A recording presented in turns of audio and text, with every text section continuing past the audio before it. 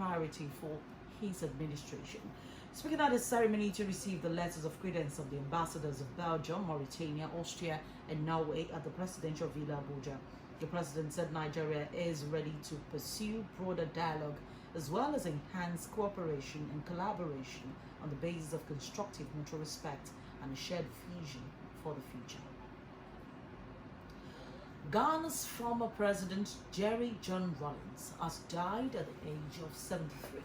He led two coups, first in 1979 before twice being elected president in a multi-party poll. A charismatic figure, he first ceasefire rallying against corruption and was responsible for executing several former heads of state for their alleged graft and mismanagement. He was also seen as a champion of the poor, but came to be criticized for alleged human rights violations. Reports from Ghana say the former president died in a hospital in Accra after a short illness. The son of a Scottish farmer and a Ghanaian mother, Rawlings entered the Ghanaian Air Force, graduating in 1979. A decade later, as a senior officer in the Air Force, he overthrew a military government, handing over power to a civilian leader.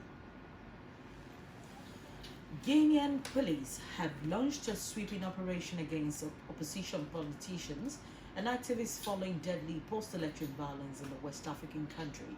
Officers arrested the vice president of Guinea's leading opposition party, the Union of Democratic Forces of Guinea.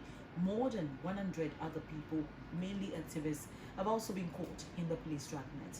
The operation came after President Alpha Conde, 82-year-old, won a controversial third term after topping an October 18 poll with 59.5% of the votes, according to the official results released on Saturday. Opposition leader Selo Dihallo from the UFDG party had declared himself victorious after the election on alleged voter fraud. Meanwhile, the United Nations Refugee Agency's representative in the country says the United Nations says it is worried about a refugee emergency if more civilians are forced to flee fighting between federal troops and the local forces in the Tigray region in northern Ethiopia. Sudan has received more than 10,000 Ethiopian refugees since the fighting started, and aid agencies say they are unable to restock food, materials like medical supply and other emergency supplies. The United Nations is negotiating with both sides in the conflict for the humanitarian corridors to be opened. And Encontre, UNHCR's representative in Ethiopia, told Reuters news agency in a news interview.